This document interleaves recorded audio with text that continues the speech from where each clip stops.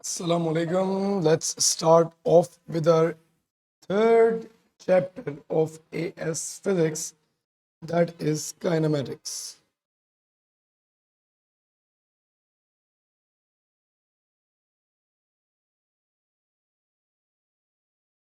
बच्चों ये चैप्टर दो से तीन वीडियोस पे होगा इंशाल्लाह, ठीक है। और बात को शुरू करते हैं विदाउट वेस्टिंग एनी टाइम। बेटा जब हम बात करते हैं काइनेमेटिक्स की तो फर्स्ट टर्म जो हम लोगों ने पढ़नी होती है दैट इज डिस्टेंस। डिस्टेंस आसान लफ्जों में length of any track between two points, एक पॉइंट ए पॉइंट बी के बीच की लेंथ डिस्टेंस कहलाती है, ठीक है। ये ए से बी गया, ये डिस्टेंस है, ये भी डिस्टेंस है, ये भी डिस्टेंस है। तो anywhere between A and B जब मैं मूव करता हूँ तो length of an arbitrary track between two points is called distance. अच्छा, यू नो दैट कि भाई distance is a scalar quantity, हम लोग आईजीसीएसई ओ लेवल्स में पढ़ते हुए आ रहे हैं। भाई डिस्टेंस एक स्केलर क्वांटिटी है। स्केलर क्वांटिटी माने सिर्फ इसमें क्या होता है, मैग्नीट्यूड, मतलब सिर्फ एक नंबर होता है भाई, 10 मीटर 15 मीटर। हमें ये बात भी पता है कि डिस्टेंस मेजर करने के लिए हम एक ऐसा यूनिट यूज करते हैं that is called metres. On the other hand अगर मैं बात कर रहा हूँ दो पॉइंट के बीच के शॉर्टेस्ट पॉसिबल डिस्टेंस की, that is called displacement. Shortest possible distance between two points क्या कहलाएगा, डिस्प्लेसमेंट कहलाएगा। Displacement is a vector quantity. Vector quantity मतलब इसमें मैग्नीट्यूड और डायरेक्शन दोनों चीज़ें इन्वॉल्व होती हैं। And displacement is also measured in metres. ये तो हमारी बात हो। मान लेते हैं यार हमारे पास एक टिंकू है, ठीक है। टिंकू जो है यहाँ से ट्रेवल करता है, ये पाथ ब्लू वाला 10 मीटर्स का। टिंकू जब यहाँ आ जाएगा तो इस पर्टिकुलर पॉइंट पे टिंकू का डिस्टेंस जो होगा वो 10 मीटर हो जाएगा, और टिंकू की डिस्प्लेसमेंट जो होगी that will be plus 10 metres, taking right side as positive. अच्छा जी, मान लेते हैं यार कि जो है ना अब टिंकू वापसी आ गया, यहाँ पे 5 मीटर वापसी आ गई। इस पर्टिकुलर पॉइंट पे टोटल डिस्टेंस जो टिंकू ने ट्रेवल किया होगा दैट विल बी 15 मीटर्स। 10 गया, 5 वापस, 15 मीटर ट्रेवल हो गए, ठीक है जी। और जो है हमारे पास इस पर्टिकुलर पॉइंट पे टिंकू की जो डिस्प्लेसमेंट होगी वो हमारे पास ओरिजिनल पोजीशन से अभी ये 5 मीटर दूर है राइट पे, तो taking right side as positive plus 5 metre हो जाएगी। सर लेफ्ट पे जाते हैं तो डिस्प्लेसमेंट नेगेटिव लेते हैं, बिल्कुल बेटा, अगर आप लेफ्ट पे जा रहे हैं तो आप ऑलरेडी +10 पे हैं, -5 कर लें तब भी +5 ही मीटर आपके पास डिस्प्लेसमेंट आएगी। इट्स अप टू यू, आप कहीं से कान को कहाँ से पकड़ें, ठीक है। अच्छा, फिर टिंकू का भी दिल नहीं भरा। टिंकू ने कहा मैं यहाँ से 15 मीटर और लेफ्ट पे चले जाता हूँ। टिंकू 15 मीटर और चला गया। अब अगर मैं इसके डिस्टेंस की बात करूँ तो टिंकू का जो डिस्टेंस होगा दैट विल बी 30 मीटर्स, क्योंकि भाई 10 5 15 और 15 30, टोटल डिस्टेंस 30 मीटर्स हो गया। और टिंकू की डिस्प्लेसमेंट जो है दैट विल बी, अब यहाँ पे +5 थी, यहाँ से आया 0, देन यहाँ पे 10 लेफ्ट पे मूव किया, दैट विल बी -10 मीटर्स। तो ये भाई हमारे पास डिस्टेंस और डिस्प्लेसमेंट की जेनेरिक बातें हो गई। ओ लेवल्स में राइट साइड और पॉजिटिव लेफ्ट को नेगेटिव लेते थे, एस लेवल में वो आपको स्पेसिफाई करता है कि कौन सी डायरेक्शन को आपने किस तरीके से लेना है। राइट पॉजिटिव भी हो सकती है और लेफ्ट पॉजिटिव भी हो सकती है अकॉर्डिंग टू द रिक्वायरमेंट, ठीक है। मूविंग फॉरवर्ड बेटा, बात को थोड़ा सा आगे बढ़ाते हैं। देन हमारे पास जो नेक्स्ट चीज़ हम लोगों ने डिस्कस करनी है दैट इज स्पीड। स्पीड हमारे पास क्या होती थी भाई, rate of change of distance. Speed was rate of change of distance. Speed एक स्केलर क्वांटिटी थी।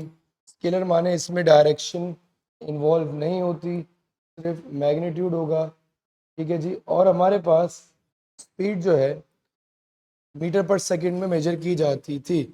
Speed was measured in metres per second, ठीक है जी। ऑन दी अदर एंड अगर मैं बात वेलोसिटी की करता था, velocity was rate of change of displacement. Velocity was a vector quantity, it was also measured in metre per second. और हमारे पास वेलोसिटी में डायरेक्शन इन्वॉल्व होती थी, राइट पे पॉजिटिव और लेफ्ट पे नेगेटिव लेते थे। वेलोसिटी का फॉर्मूला हम लोग पढ़ते थे बेटा डिस्प्लेसमेंट अपॉन टाइम, और स्पीड का फॉर्मूला हम लोग पढ़ते थे डिस्टेंस अपॉन टाइम। ये हम लोगों ने बातें की थी।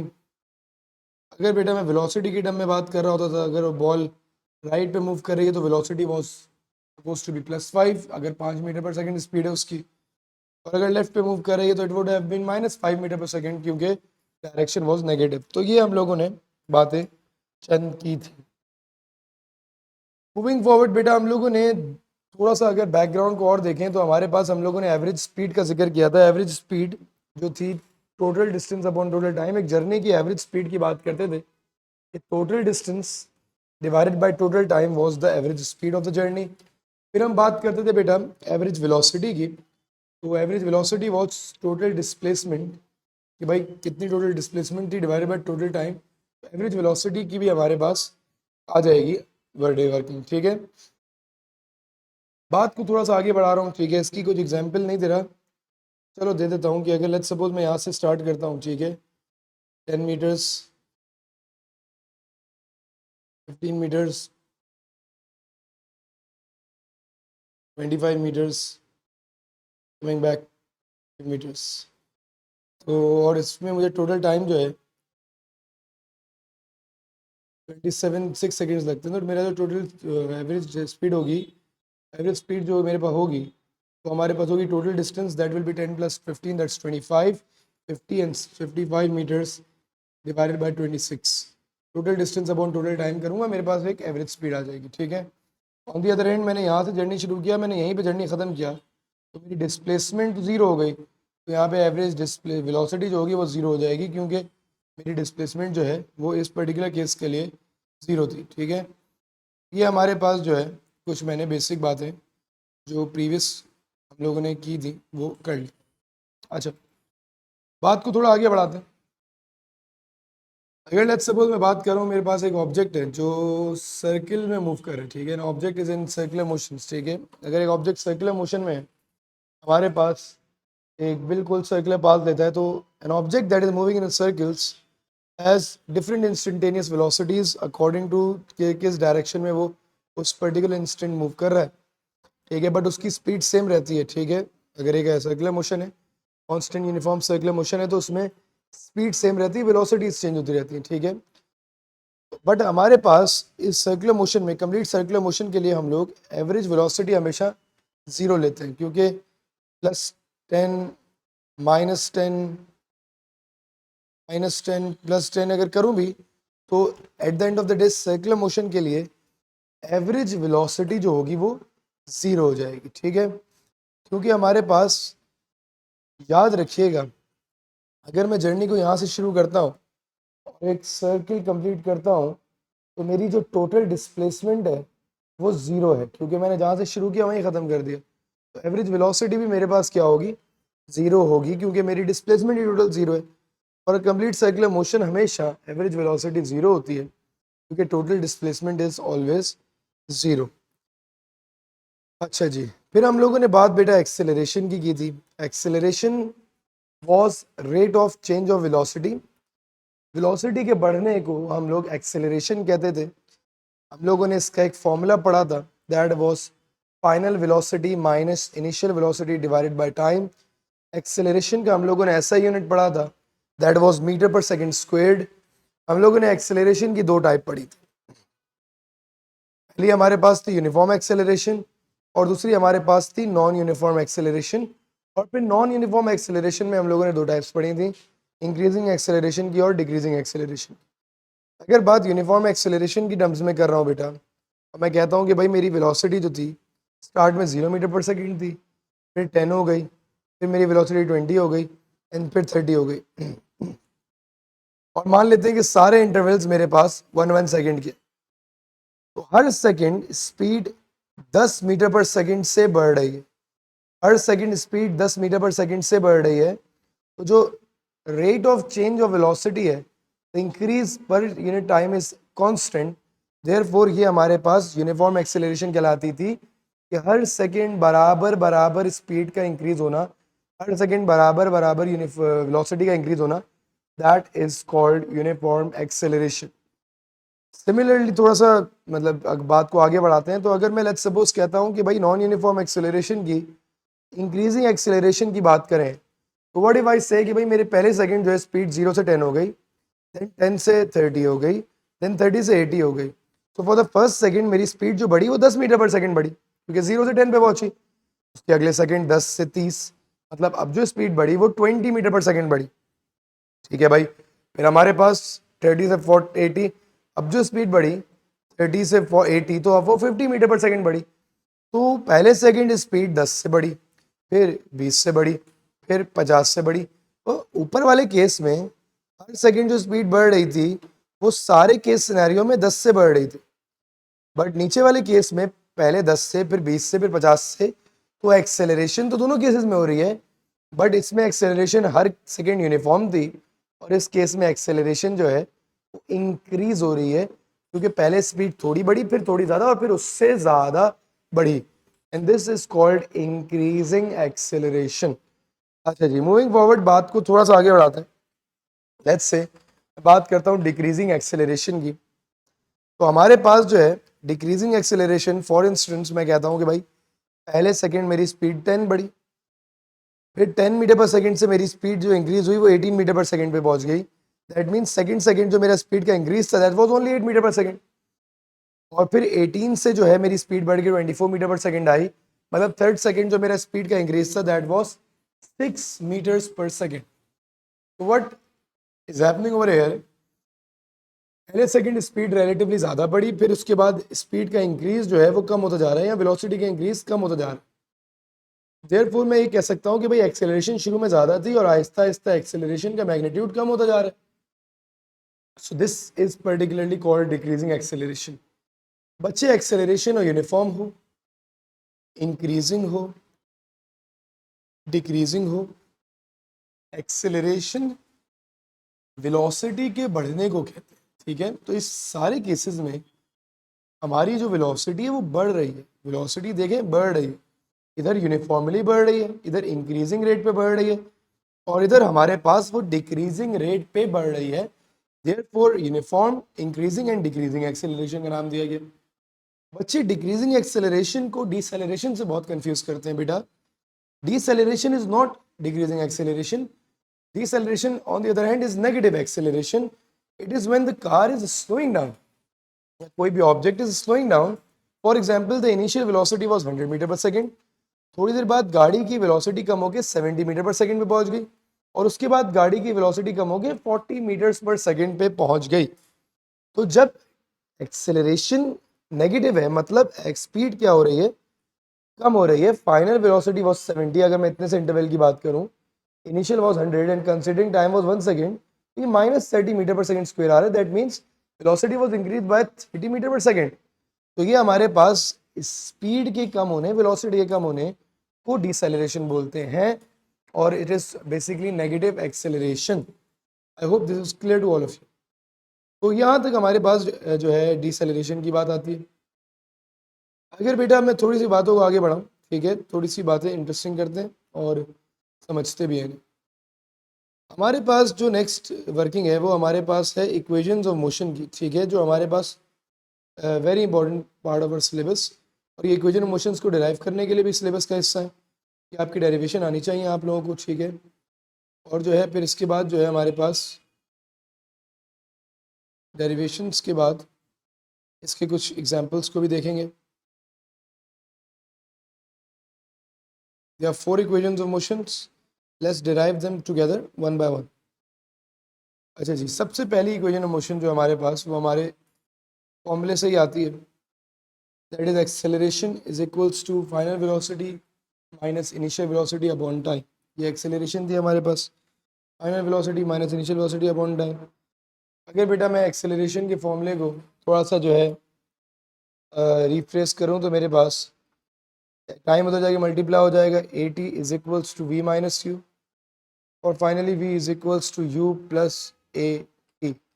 ये हमारी पहली इक्वेशन ऑफ मोशन होती है। ठीक है, this is the first equation of motion. ठीक है, वेस्ट क्वाइट सिंपल। दूसरा बेटा हमारे पास वेलोसिटी का फॉर्मूला था डिस्प्लेसमेंट अपॉन टाइम। ठीक है, तो एवरेज वेलोसिटी का फॉर्मूला होगा, एवरेज डिस्प्लेसमेंट का फॉर्मूला होगा एवरेज वेलोसिटी इनटू टाइम। तो मैं क्या कह सकता हूँ कि displacement would be final plus initial upon two average velocity into time. और ये हमारे पास जो है सेकंड इक्वेशन ऑफ मोशन होती है। ठीक है, ये दो इक्वेशंस ऑफ मोशन हमारे पास आ गई। थर्ड इक्वेशन ऑफ मोशन के लिए बेटा मैं क्या करूँगा, मैं आपके सामने कुछ करूँगा, देखिएगा। इक्वेशन 1 को इक्वेशन 2 में सब्स्टिट्यूट करता हूँ।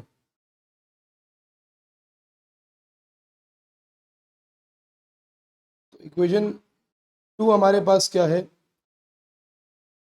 S is equals to V plus you upon 2 into T.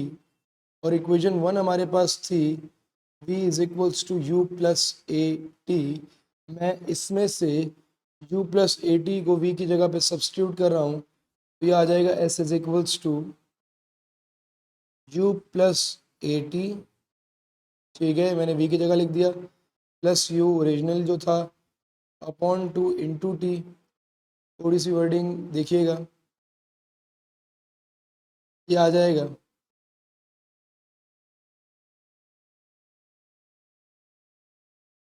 S is equals to 2u plus A T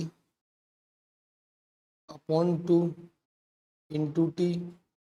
finally आ जाएगा S is equals to 2ut plus 8t square upon 2। ठीक है, ये बेटा एक स्टेप रह गया, गौर से देखिएगा। मैं इसको जो है डिवीजन को अलग कर रहा हूँ। ठीक है, ये हमारे पास आ जाएगा S is equals to 2ut upon 2 plus 8t square upon 2। Finally मेरी जो इक्वेशन आ जाती है वो आती है S is equals to ut plus half a t square. तो ये मेरी जो है थर्ड इक्वेशन ऑफ मोशन आ जाती है। अच्छा जी, फोर्थ इक्वेशन ऑफ मोशन, अब गौर से देखिएगा मैं क्या कहानी को दिखाता हूँ। मैं हमारे पास इक्वेशन नंबर 1 में जो थी हमारे पास v is equals to u plus A t को सब्जेक्ट बना रहा हूँ, और इस t को इक्वेशन नंबर 2 में प्लेस कर रहा हूँ जो हमारे पास थी s is equals to we plus you upon 2 into t. जब मैं इस इक्वेशन को इधर टाइम की जगह सब्स्टिट्यूट करता हूँ तो मेरे पास रिजल्ट कुछ इससे आता है। कलर थोड़ा चेंज करते हैं। s is equals to we plus you upon 2 into V minus U upon A. बेटा ये जो चीज़ है a plus B, A minus B, ये हमारे पास ओ लेवल्स की आइडेंटिटी की मदद से ए स्क्वायर माइनस बी स्क्वायर हो जाएगी, और ये 2a डिवाइड हो जाएगा, 2a वहाँ जाके मल्टीप्लाई हुआ, v square minus u square is equals to 2as। ये हमारे पास चौथी इक्वेशन ऑफ मोशन आ जाती। तो हमने चार इक्वेशंस ऑफ मोशंस को देखा। v is equals to u plus A t, v square minus u square is equals to 2as, s equals to we plus you upon 2 into t, और s is equals to u t plus half a t square. ये चार equation of motion हम लोगों ने consider करी और इनके ऊपर वर्किंग कर ली। ये डेरिवेशंस इंतहाई ज़रूरी हैं बेटा, इनको कलमे की तरह याद कर लें और जो है इनकी प्रैक्टिस रेगुलरली करें ताकि ये हम इनको सॉल्व कर सकें। Move on, let's take an example. ठीक है, एक छोटी सी एग्जाम्पल को भी देखते हैं। ठीक है, उसके बाद जो है फिर बात को आगे बढ़ाएंगे।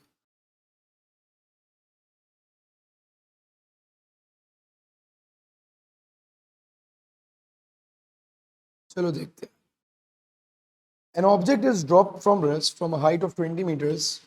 Assuming air resistance is negligible, determine the time to fall on the ground. Find velocity as it hits the ground.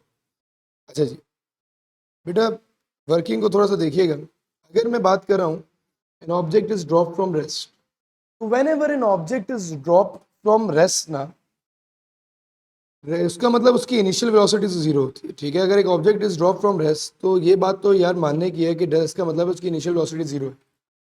और जब भी बात बेटा ड्रॉप की होगी ना, एप्पल पेंसिल ड्रॉप, बात जब ड्रॉप की होगी तो इनिशियल वेलोसिटी जीरो आ गई, acceleration will always be equal to acceleration of free fall. जो एएस लेवल पे हम लोग ग्रेविटी को 9.81 मीटर पर सेकंड स्क्वायर लेंगे, ठीक है। अज्यूमिंग कि हमारे पास जो एयर रेजिस्टेंस है वो नेग्लिजिबल है, वो सवाल में हमेशा बता रहा हूँ, ठीक है। अब हमें जो है टाइम निकालना है फॉर द फॉल, तो आई गेस इसमें कोई इशू नहीं है, v is equals to u plus eighty.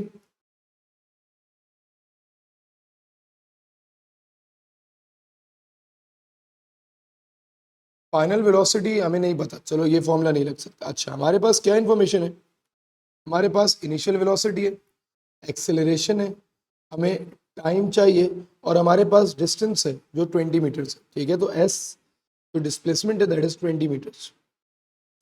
तो हम कौन सा फॉर्मूला यूज करेंगे, s is equals to u t plus half a t squared.